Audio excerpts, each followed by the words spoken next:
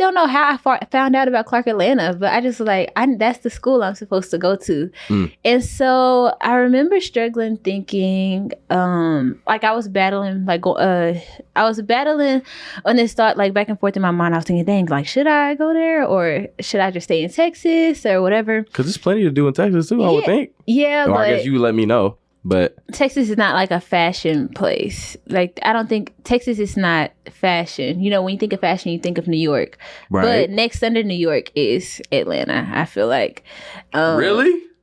Yeah, like Atlanta. In the U.S.? Atlanta is black fashion. Oh, yeah, in the U.S. Black for sure. fashion, okay. Yeah, but I would love to be in New York, but Atlanta was like more affordable. Yeah. So that's real. Yeah. So I remember when I was making this decision, I had to go somewhere with my school. Or I went somewhere and I remember I met a pair of siblings. They were like older, probably in their 30s or 40s. And I'm talking to them and I asked them like about, well, where did y'all go to college? And one of the siblings said, oh, I went to UNT. The other one said, I went to Clark Atlanta. And I was like, this is so crazy. And so I'm like talking to them. And that's innocent for sure. I was like, that's that was such a uncanny. coincidence. Yeah, that was weird. And so I'm talking to them. And then the brother is the one who went to Clark Atlanta. He's telling me about his experience. And I'm like, okay, yeah, I'm supposed to be there. And so there was this event that Steve Harvey had, like for like HBCUs or something like that. You come to get scholarships, and Clark Atlanta was there. And so I go and Clark, I went up to them and I was like, hey y'all, like I'm a fashion designer. I was like showing them some of my work, even though I barely made anything at that time. Like I barely made any clothes at that point. But I'm showing them my work and I'm telling them like I've been wanting to be a designer since I was like 7 and all this stuff. And then after I'm talking to them, they were like, congrats, you just got accepted into Clark Atlanta. And they gave me automatic enrollment.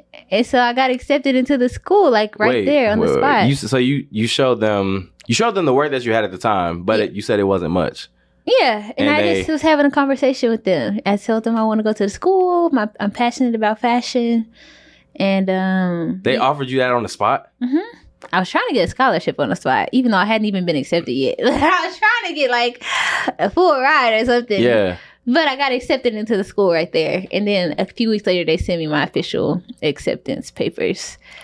So it wasn't necessarily a scholarship offer like you were saying, but they offered you enrollment because I hadn't applied to the school yet. I had just decided it was like the end of the school year. Like, so you didn't even ask if I could like come. They said congratulations, you've been accepted. I think I probably told them I was interested in the school. Like I wanted to go there. That's okay. Yeah, and so I don't talk about that. That's like a little flex. That's why I asked. I'm like, let's say I went to a school and I'm just talking about going to school, and the next thing they say is, congratulations, you've been accepted. I was like, I didn't apply. Yeah, that's to me that speaks to a little bit of favor and like just alignment. Yeah, exactly. So I was excited to go to school. I did end up getting offered a $10,000 scholarship, and my dad, he was my hater at the time. He did not want me to go to Atlanta, so he made sure I didn't get that scholarship because it needed him. I needed him to take care of some stuff in order for me to get the scholarship. So I didn't end up going to Clark that first semester. I ended up having to stay home in Texas. And that next semester, spring semester, I saved up like my refund checks, or not refund checks. What is it called that you get from FAFSA? The checks. Yeah, when you have extra money left over, like with your tuition. Okay. What are they called? Is it a refund check? Essentially, yeah. Like once everything is paid for your schooling, whatever you get back. Yeah, that. Yeah. Okay. I would call it that. Keep going. I don't remember what.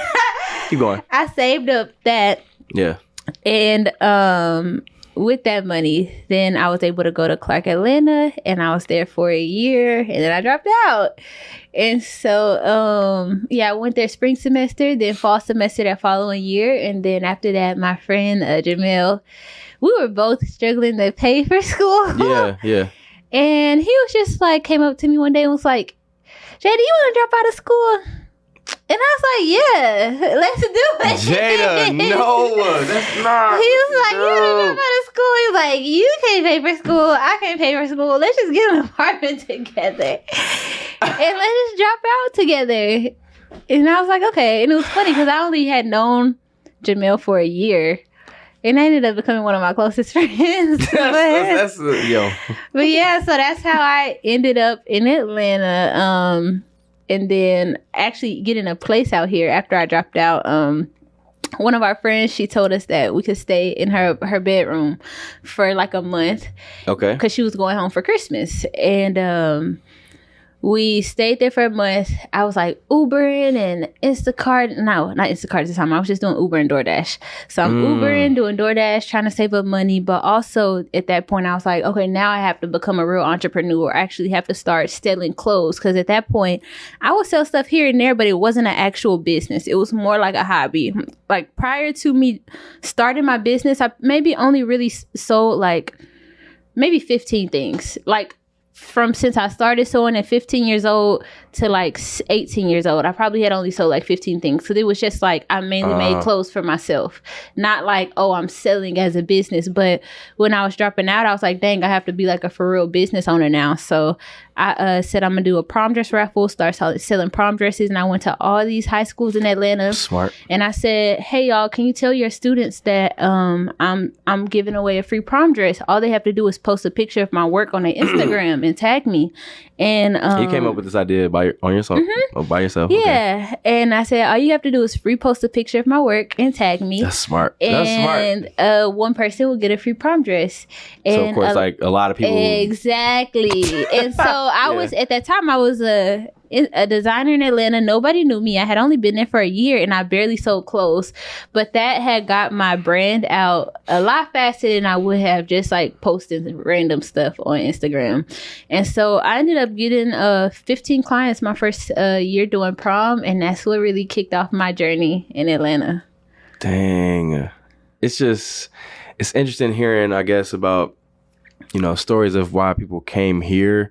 Because I didn't hear about how, I guess the impact that being in Atlanta has had on, Black entrepreneurs, Black entertainers and things like that until I was probably in college. And I was like, I've been in Atlanta before. I didn't know all this because I heard someone say it's like the Black Mecca. Yeah. I said, why don't I know this? I want to go. Let me see. And then just seeing within the past few years, the influx of just entertainers, entrepreneurs, people in media out here. Literally. And then for some reason, now maybe you've seen this, but a lot of, maybe it's in my feed, but a lot of reels and whatnot, when it has the location, it says Atlanta.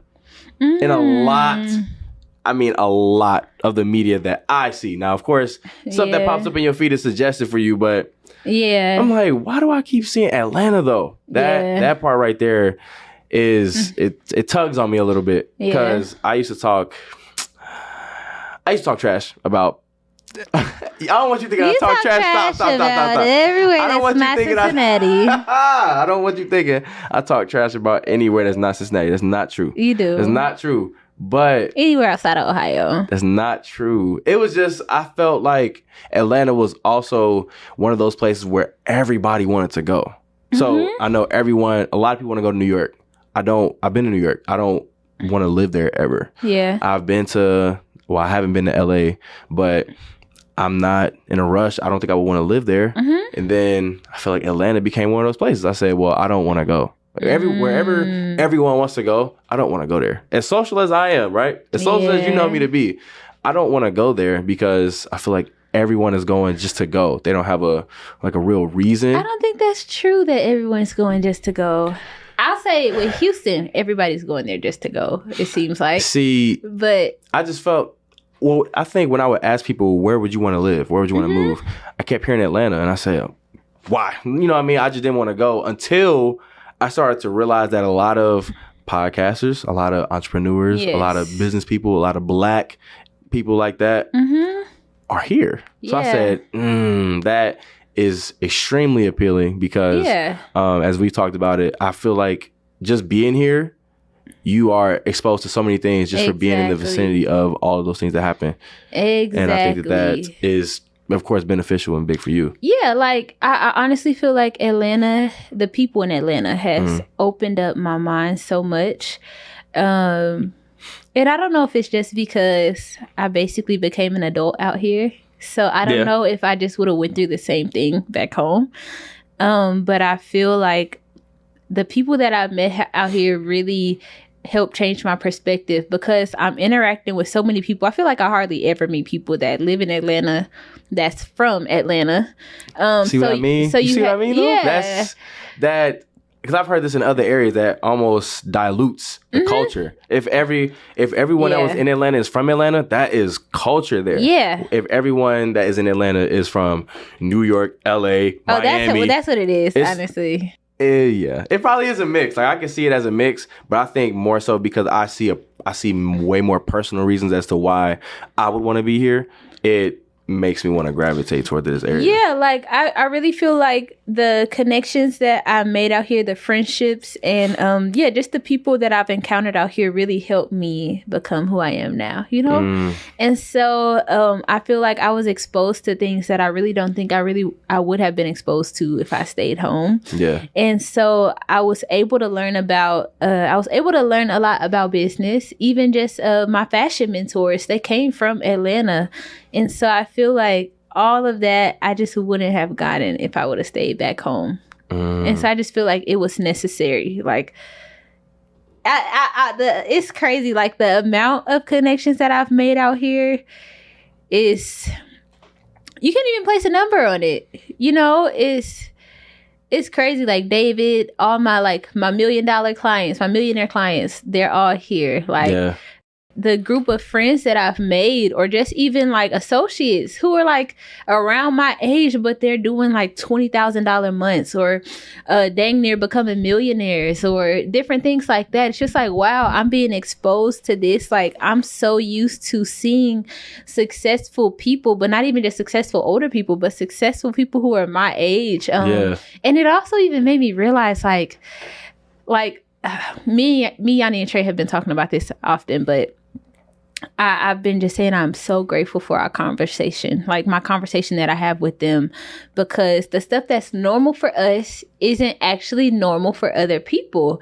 And so it's like when we talk about certain things, when we talk about our futures and what we plan on doing with our businesses, like what Q3 and Q4 is going to look like, and all of these different things, it's like, this is normal for us, but it's not like this is what we talk about 24/7. But even just like conversations about like how we want to grow, how we want to improve our character, how we want to improve our mindset, how we want to improve our bodies, and also just being goofy with each other, having spiritual conversations, like how we want to grow closer to God. Like all of that is just normal. Literally normal talk. Me and Trey will get on the phone and we're talk about all of that within like hours, you know?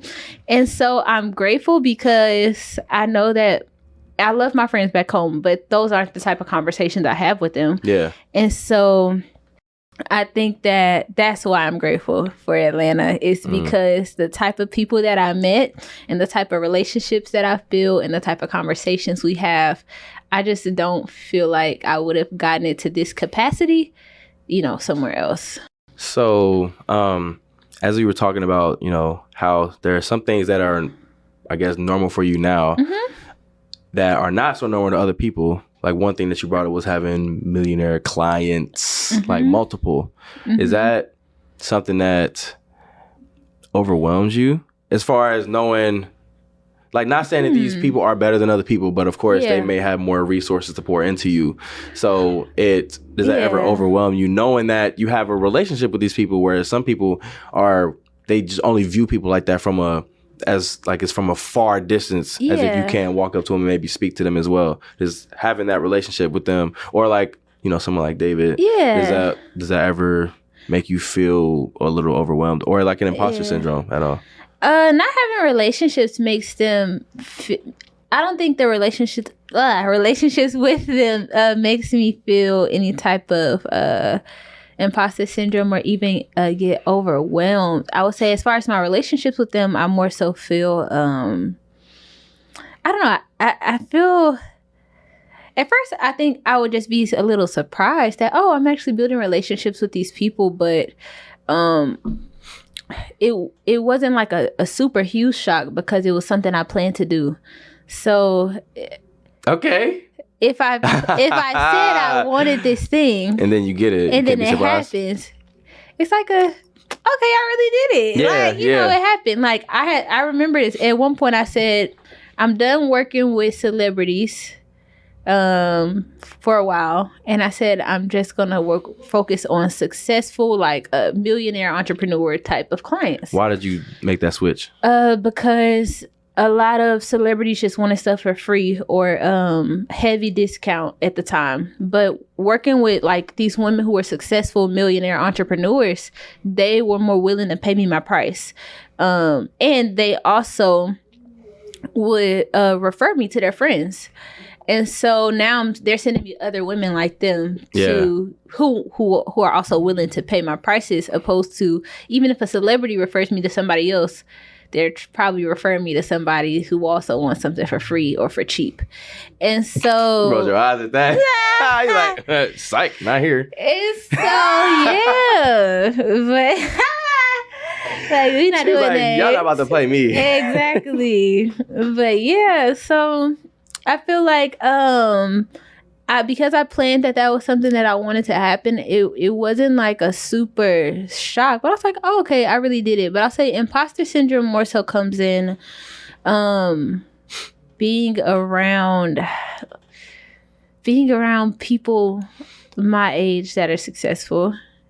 Because I was about to say, we were just talking about this but now hearing you say it out loud, I feel like I'm confused in a way. So you feel more like because imposter syndrome is essentially when you feel like you don't belong. So you feel that more around people your age that are successful than compared to. No, I think I see why that would be. Okay. Yeah, because it's like I don't know everybody's journey, but I'll say from the outside looking in, I think like, dang, this person is around my age. And they're doing really, really well. And it seems like they've avoided a lot of the mistakes that I made. So even though okay. Even though I'm doing well, I've made a million mistakes. I'm not gonna lie, we're gonna have to get into some of them. No, definitely. Look, I done made mistakes in all areas of my life. Let me preface it by saying the reason why I want to get into them is because I think it'll paint more of a holistic and like overall picture of you and the things that you've made it through, compared to, because some people might see you and say, oh, like she got this, she got that, it's just cake. And then when you tell me some of the stuff that's happened, I'm like, how? Yeah. What are you doing? Like, what's going on with you? No, like for real. So yeah, I think that's what the imposter syndrome, that's where it comes in, is because I feel like, dang, even though I'm seeing success in what I do now, I feel like I'm still trying to recover, like patch up all these other mistakes that I made in the past. So it makes it hard to feel like I can truly just enjoy the success that I have now, or maybe even like I don't deserve to enjoy the success that I have happening now, because it's like, well, yeah, like you just had Fantasia in your stuff, or yeah, you was just on TV, but you still got to fix this. You still got to go fix your credit, like that you messed up when you were like 21. And so that's so interesting. It paints like it's like a high and what may feel like a low happen at the same time, but only you know that. And honestly, that has happened like so many times. Even I think I had got reached out to do something for Angel Reese for the draft or whatever. The NBA draft, the WNBA draft, some slide. Keep going. Keep going. And I would remember I don't even remember what it was. At that point, it felt like back to stuff I was going through. But I remember it was something going on. Like, I don't know. It wasn't my car. It was something, though, I was dealing with at that time. And I was just like, at that time when I was still talking to her team, we didn't end up going through with it because they were worried about shipping, like if it would deliver in time for her to wear it. Oh, but I was like, I'm about to do this dress for Angel Reese, and I'm going through so much right now, and so I felt like this year that has felt like a reoccurring theme. Like, oh, I'm about to do something for the Grammys, but then I went to jail like the week before. Like, you know, it felt like a constant. Is crazy. Like, I mean, so when I hear you speak about it, I think the fact that you even can speak about it somewhat speaks to your character, because I wouldn't be telling nobody that. I know, and a couple people told me that they said that I shouldn't be saying stuff like that, but I think that I feel like I'm supposed to be vulnerable with people. I feel like I'm a person who is meant to share their story to help other people. Yeah. I'm so happy we're talking about this. So I was just thinking about this in the car, but I was like, man, I went through so much. Like, I've experienced both sides of so many things. I've experienced what it's like to live not believing in any God. I've experienced what it's like to actually believe in God. I've experienced what it's like to have a supportive parent and vice versa, or maybe live in a house where you don't have like a lot of funds, but also like living with my dad. Like, it was like well off. Like, we had a maid and stuff and all the things. And so I feel like there's been so many things in my life where I've experienced like both sides, and I feel like I just be having stories on stories for days. And I feel like I'm called to help people with whatever my story is. And I feel like I always have a way to relate to people because I have so many things that I've been through. I have so many stories. Yeah. I feel like I always have a way to meet somebody where they're at and relate to them. And I feel like that is for a reason. So I feel like I'm called to share whatever I've been through because I feel like it's going to help other people some way or another, you know? I can see that. It's just because I know you personally now, it's when I hear these stories, I'm always kind of just shocked at some of the things you might experience or go through, but also seeing how there's still so much success that you're having. Yeah. So it's like, it's real. It makes me think it's real out here. It's real life out here. Like, real life happens to all of us. Like, seriously. Yeah. And it's just, it's so interesting. But I also think it speaks to the story that you'll have, because that's something I actually get excited about, because you'll be able to say, did you know this happened to me? And somebody will say, nah. And let's say I'm right there. I'll be like, yeah, it did. Yeah. I heard it. I promise you it happened. Yeah. I promise. That is just crazy. No, that's so true. I feel like, honestly, this is what happens for a lot of people who are successful, though, is they go through a lot, but everybody just don't talk about it. I feel like all of us are going through life. There's a book that I read, Think and Grow Rich, and it said the difference between successful people and the difference between failures is they're both experiencing hard times, hardships, obstacles, and things like that. But a successful person keeps pushing forward. And it also said, because of that, the successful person may honestly encounter more obstacles than the person that's a failure, because the person that's a failure keeps stopping or giving up at the obstacle. But when you push through them obstacles, it's literally like, something is always coming. I was just telling my sister, like, I'm not gonna lie, sometimes I want to give up, like, for sure. Yeah. But I feel like I'm so deep into this life. I'm deep. I can't give up now. Yeah, it's like, girl, what are you gonna do? You don't got a college degree. Where are you gonna go? Like, what are you gonna do? Like, I'll make more money still pushing forward than trying to go get a job at this point, because I don't have any And I remember when we had that conversation. Yeah. I remember I was like, you gonna do what? Yeah. So if you do that, then how are you gonna do this? Yeah. And I remember, because I think when I speak to you, I think I try not to speak from like a envious standpoint or a hater standpoint. It's like genuine curiosity. I'm thinking, if you're gonna do this, then how is that gonna happen? Because I know how late and how often you stay up to finish work, right? Literally. I'm thinking, if you do that, how are you gonna do this as well? And I think when I speak to you, I also have to be mindful of what I'm saying, because I think I'm also speaking to to myself. Yeah. Because as often as I see you stay up late to work on stuff, I know I give you flack. 'Cause I feel like a good friend should give you flack, and I genuinely feel like sometimes you tripping. But I'm gonna tell you. But at the same time, I'm not mad at it, because I see where you're trying to go, and I know where you're trying to go. And I was just talking about this recently about how sometimes for you to get that thing you want, it's gonna be somewhat of an imbalance. You're gonna have to do more of that. Exactly. So I don't really get upset. Like I'm concerned about you as my friend, but at the same time, I get it, because I know where you want to go. And I can say the same thing about you. Explain. Because I actually had this thought recently, maybe sometime last month, about I feel like I'll try and like get on you about like, I don't think you should work as much or whatever. See? Here we go. But I had to step back and I had to realize, like, you felt like you were speaking to you a little?